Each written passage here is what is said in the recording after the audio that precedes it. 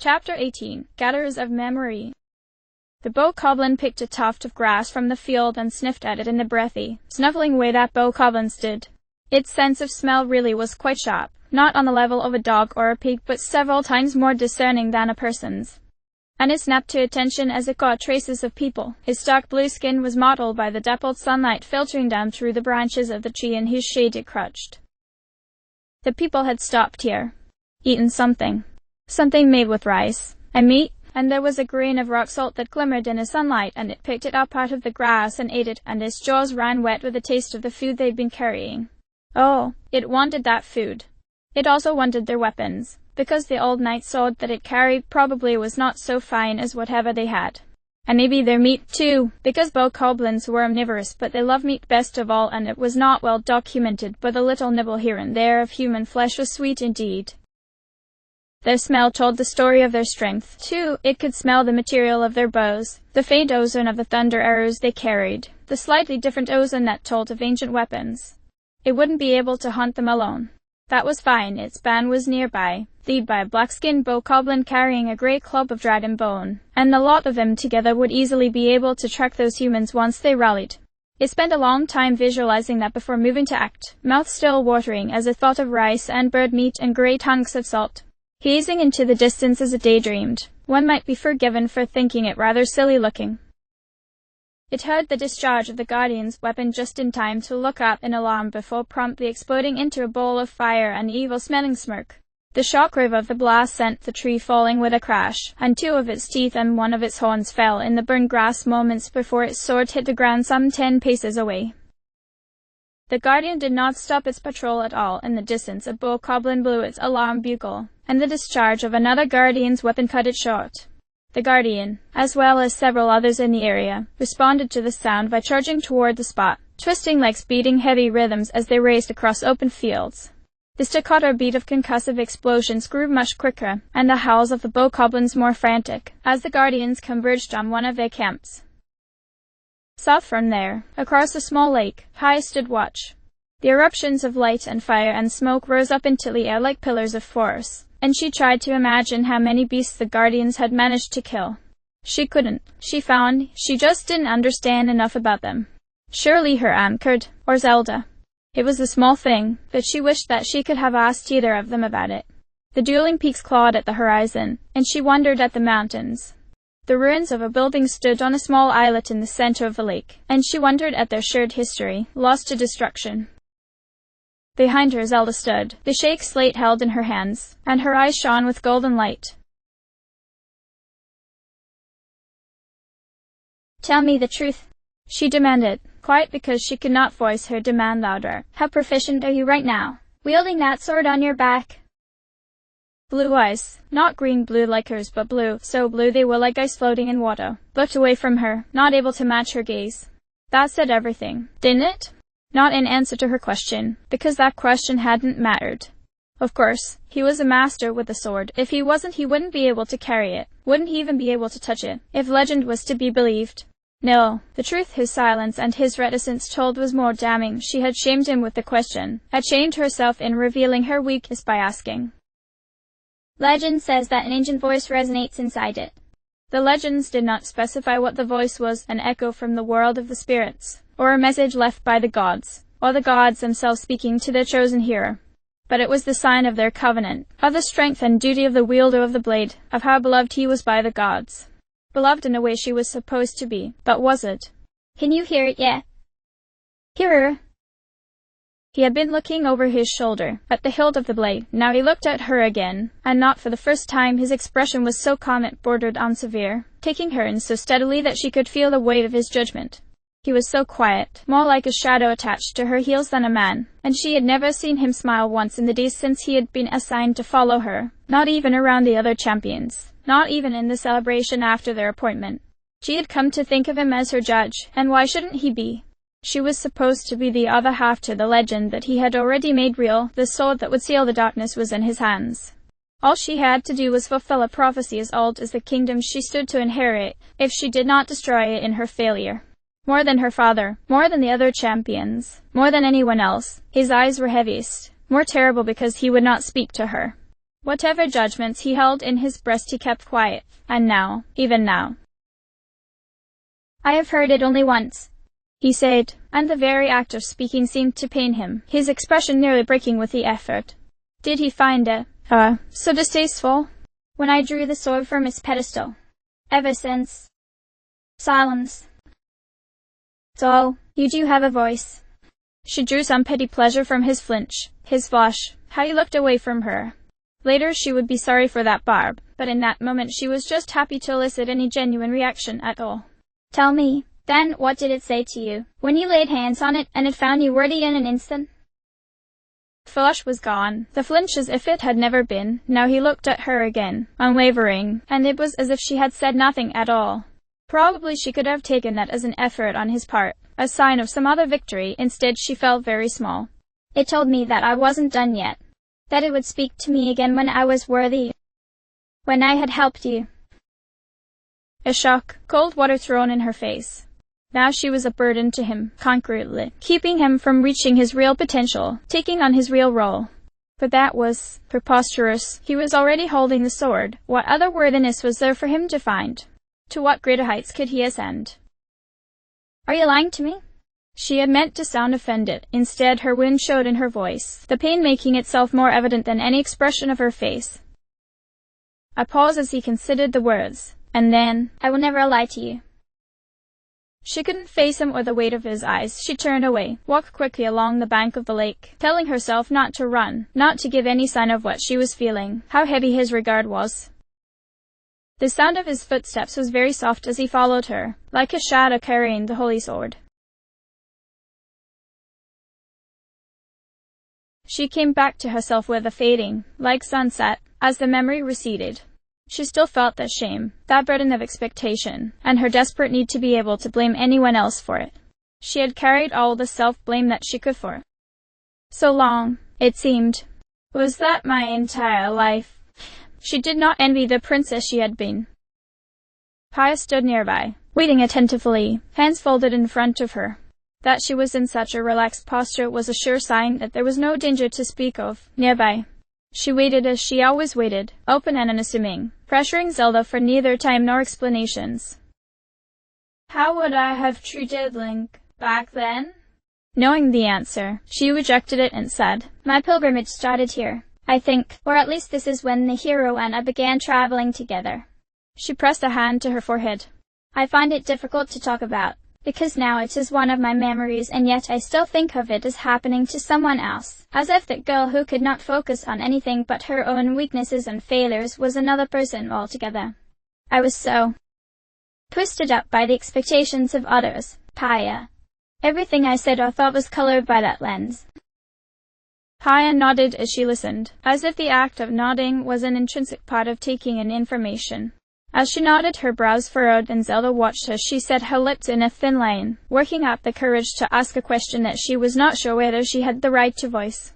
That she still hesitated, after everything that had passed between them, was almost incomprehensible to Zelda, but the princess left her guard all the time. She needed to work through it herself. "When you remember these feelings," and Pia's words came slowly and carefully, "when you experience them in the way we experience memories, do they affect your state of mind now?" "I'm not sure. I can feel some part of me changing, my awareness of myself shifting, but no, perhaps not. I do not feel crushed by expectations from Impa, or Pyrrha, or the Zora, or you. I can understand it. My empathy for it grows as my memory does. What? No, my past struggles are not shifting how I feel about myself or the world around me, though they still might. That is not all. No, I suppose it isn't. Maybe it is better to say I'm not regressing in some way to become the person that I was. What? Do you remember what I told you before? That it was like 3 persons were inside of you. Yes, 3 persons, and I am only one. I had thought that, in regaining my memories, I would become more and more like the princess who was alive 100 years ago, until perhaps I would disappear, and she would remain. But that hasn't happened. She is still there, and even though she is growing more distinct as I regain my memories, she is not growing larger. I'm not being pushed up by the person that I was. Perhaps that is because I have so much here, now, in the present, to keep me anchored. And she did not see as Pyle looked down at the ground, but the truth of it is unchanged regardless. What has changed? The goddess. Yes. Well, perhaps not Hylia herself, but the person who can carry her power and see the world through her eyes. That person is not growing, Ada, or becoming more distinct. But her potential is. The power rests at the very floor of my being, and when I'm not interacting with it, it is obscured by my self, I suppose. But the more of my memory I unlock, the more distinct it is, and the more constantly I am aware of it. I suspect that I was more powerful before I fell against the calamity, and that by recovering more of my memory I may be able to use Hylia's strength more effectively. Which was, of course, what Impa had suggested, but the form it had taken was new, and so she had felt the need to talk about it anyway. Do you wish to rest? Rest? No. Thank you. No, I do not think so. She shook her head. This is draining, yes, but not so much so that I am exhausted by it. We identified 3 memories that should be in easy reach of Hyrule Field, and this is only one of them. The next should. She had not heard Paya cross the space between them, but was unsurprised when one gloved hand was laid very gently on her forearm. She looked up from the shake of slate, doubly unsurprised that Paya would not meet her eyes. I would never presume to tell you when to rest. Paya hadn't stuttered in front of her in what seemed like a long time that drew her attention as much as anything. What? Please, if you feel the need, even an inkling, please be willing to take a break.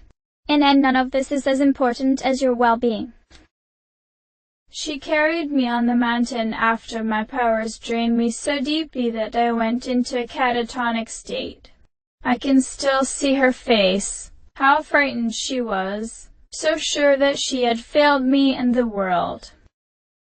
Of course, she said, laying one hand over Paya's, squeezing the other woman's fingers in a way she hoped was companionable. Of course, I will. It would not do for me to fall ill or come to harm without cause, now would it? In fact, you're right, I will rest. After recovering one more. Looking at the album, here, I can see I was mistaken before. The castle faces to the south and this is plainly taken from behind it, so it must be taken from the northwest. There is a tower in that direction that I think we would do well to activate, and after we have a better lay of the land we can locate the memory. Does that sound all right to you? The fact of being asked apparently embarrassed Paya enough that she only nodded instead of answering directly. So, they left that place behind. In the distance, the Guardians began firing again, having found another nest of bokoblins. It would be 3 days before they moved on to the next memory, regardless of Zelda's plans or Paya's acquiescence. From atop the tower they spotted several shrines, and their priority became reaching those shrines so that Zelda could grow stronger inside of them. She moved through them quickly, more quickly than other adventurers could have, in her place, and emerged from each victorious, through various means. After the shrines were found they returned to Hateno village, to pray at the statue of Hylia and offer up the collected spirit orbs. While in that village they returned to the inn, to check on their horses. From there they decided that it made better sense to leave their horses at the network of stables, since lodging them there cost nothing after the initial registration, so, instead of teleporting back to the tower overlooking the plains, they rode from Hateno along the road that ran up the east bank of the Hylian River. The going was brisk, but relaxed, and during that trip they stopped several times to address the concerns of travelers whose ways were blocked by bokoblins, or to recover the function of a stray guardian. In fact, they passed very near to the place where the third intended memory likely resided, but it was still the third and so they rode on, intent on returning. By the time they reached the stable and registered their horses, the days of travel told on both of them, and they each took their rest in warmth and safety. In that way the time passed. In another life, perhaps, another adventurer might have done something very similar. But make their way to memory they did. Rising with the light of morning they teleported to the top of the tower, descending on the wings of their paragliders. Go on. Taste it. Gingerly, more gingerly than she had ever seen him do anything, he took the hot-footed frog out of her hands. He held it with 2 of his fingers, so that its long legs hung down beneath it. The frog, for its part, seemed rather unbothered by the whole affair. It made an indifferent ribbit as Link held it up in front of his face, eyeing it carefully before looking back to her. "Oh, this is so perfect. All the specimens we've used for testing up to now have been lab-raised, rather than wild, so the effects of its diet on its constitution and the imparted benefits couldn't be controlled in the same way. And you're the strongest person I know, so you're least likely to get sick, so—" She gestured with her hands. "Go on." The hero looked from her to the frog, and to her once again, throat, and then popped the entire thing into his mouth like an oversized piece of candy. His cheeks bulged out at the effort of holding it, and even then, one twitching leg stuck out between his lips. The frog still didn't seem particularly bothered, at least not enough to kick. "Well, how is it? Do you feel anything? Oh, but don't chew it. We don't know how mastication will affect the particular oils and nutrients that impart the benefits, and we want this to be as controlled as possible." Ma'am." He tilted his head, thoughtfully considering her, which was enough to get her blood pumping. Oh, if he was taking this seriously, then she might really learn something, and everyone would stand to benefit. As soon as the thought crossed her mind, he tilted his head forward, held up his hand, and opened his mouth. Bleh! The slightest slick frog dropped onto his hand, resumed its seated posture, and once more seemed unbothered by the whole thing. For being so hard to catch, it was, remarkably, docile in captivity. Link even wiped it down with a cloth, and all it did was blink. "Well, what do you think? Please, try to be specific." "Can't eat it like this," he said. "I don't want you to eat it. I just want you to taste it and tell me what benefits you experience." He frowned at the frog, then at her. "How are these normally prepared?"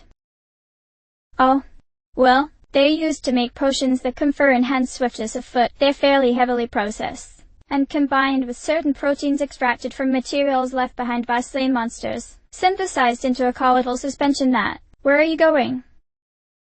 "The stable has a cookpot." "Oh yes, I do remember they have a cookpot." "A cookpot? You can't just fry it up. That ruins the entire point of the experiment." "Well, I just put the entire thing in my mouth and I don't feel any quicker, so the next logical step is to try to cook it, right?" He was already moving off, frog in hand, and she hurried to follow him. Well, I mean, apps.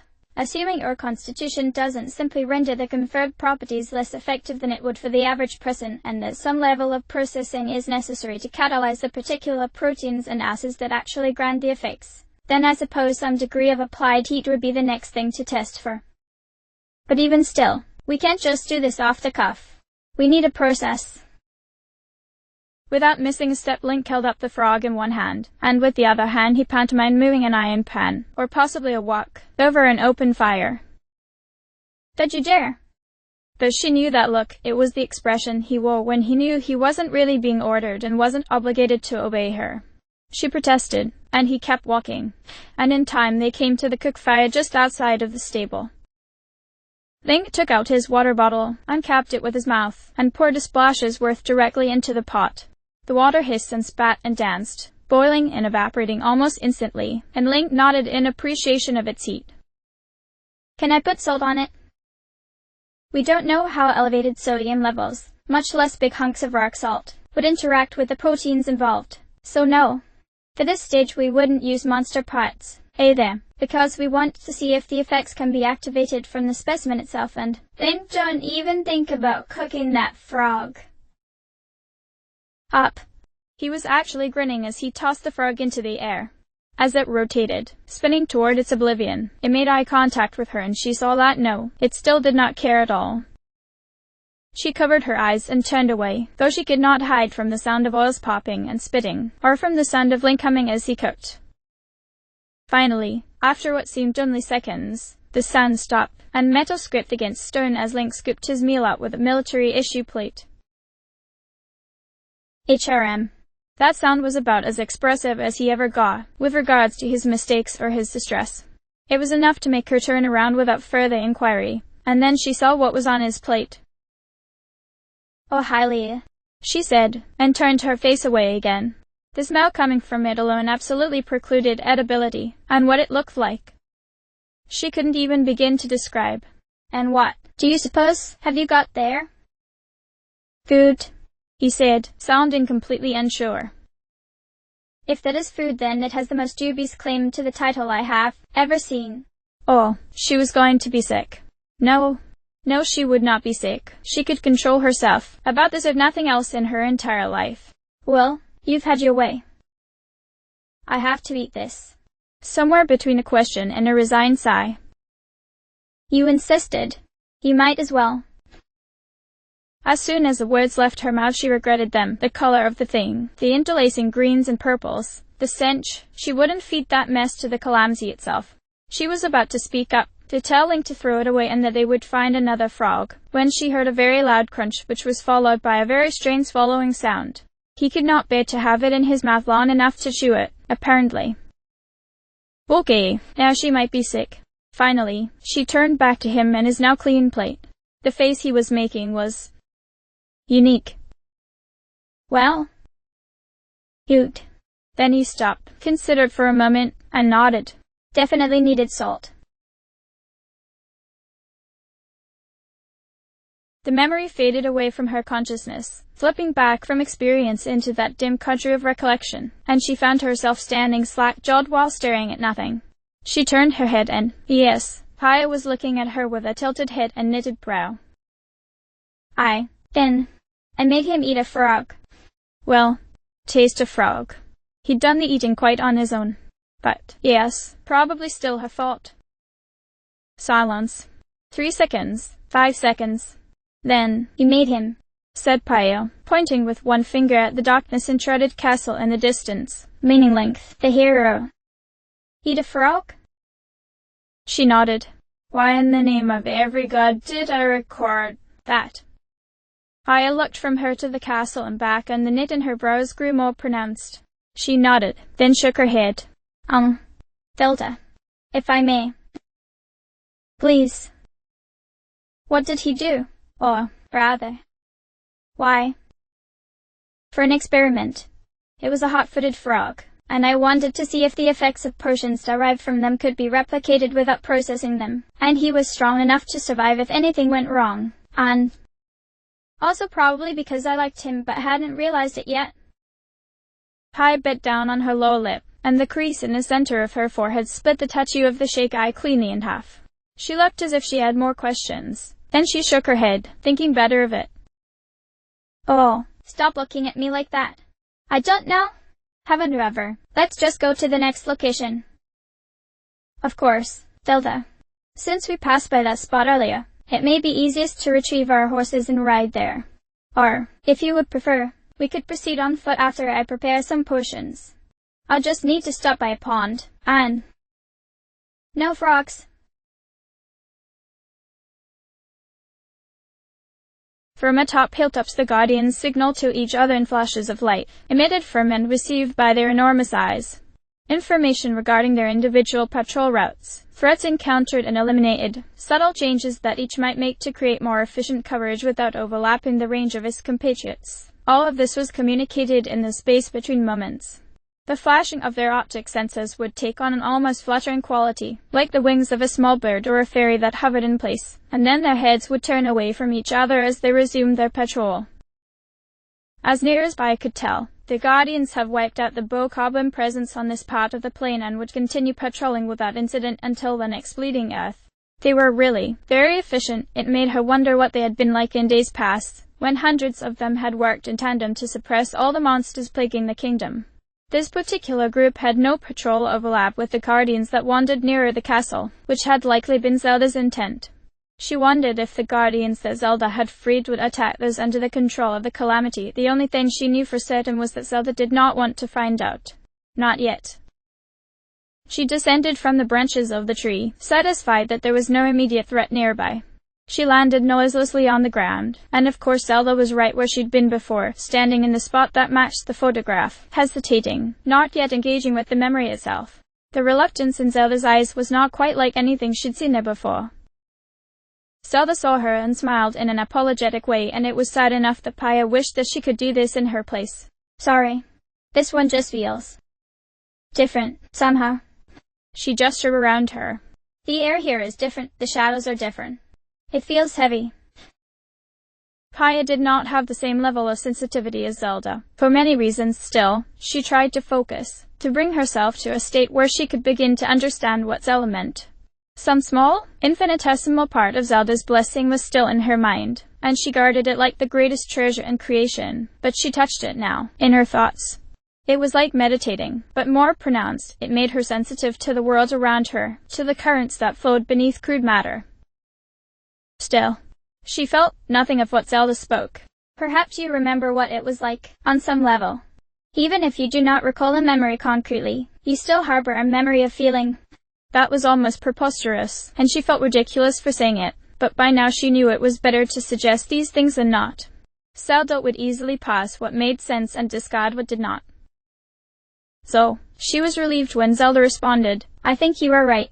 Whatever happened here, it did not affect the place so much as it affected me. Given its proximity to the others, I would think this is still from before the calamity broke free. But then, perhaps not. My feelings toward Link shifted considerably between those last two, so a great deal of time must have passed there. Whether it was because of Ganon or not, though, something enormous happened on this spot. Something soul-shaking. Perhaps it was something good, Paya said, and she did not believe it no matter how desperately she wanted it to be true. Better by far for Zelda to remember something good here, to remember something that linked her to the hero, because all of these were about the hero. He had served her so faithfully in those bygone days, on a level that would strengthen her. Better that she be happy, and that the world be kind. But the world was not kind, and she knew it, and Zelda knew it as she shook her head. I suspect not. We could leave this, for now. We can mark this place and return to it later, after you have built up more of your strength, or whenever you feel you're ready. I will never be ready, Paya. That same smile, that same sadness, and Paya had to dig her nails hard into the palms of her hands to will the tears to stay from her eyes. I will never be so strong that I'm ready to face the past, or Ganon, or the other champions. Yet I must, because the world will not wait, will it? This wasn't really a question, but Paya still shook her head, partially in response and partially in defiance of the very idea. Zelda's smile warmed, however marginally. No, I don't think so either. So, please, give me a few moments. Without further prompting, Zelda took her place, setting her feet wide and opening the Shake Slits album in her hands. She looked from the portrait, to the scenery in front of her, and then to the middle space where knowledge lurked and attention wandered lost. The princess's eyes glowed with a golden light, and she was gone, her consciousness carried away into the past while her body stayed behind. Paya was alone, or as much as she could be in that place, guarding a woman who was so much more than she was. She stood next to Zelda and looked at the lines of her face as she experienced memory. Then she sat on the ground, thinking to meditate, and found out she could not. From her seat she looked up at Zelda and thought for half a moment about touching her princess's arm or hand, to try to anchor her physically, as if that would protect her spiritually. But it wouldn't. That was only playing into her own desires, which was an obscene thing to do while Zelda was going through so much. I wish I could help you, Paya said, sure that Zelda would not hear because she had not heard the last several times, either. Not just protect you physically. Though I suspect you will need me less and less for even that, as we travel together. The lines of Zelda's face were so perfect, her hair a golden halo made radiant by the light shining from her eyes. It is like looking at Hylia, every time I look up at you. When you channeled Mifa, I could feel her strength. Not just her physical strength, but how much you relied on her.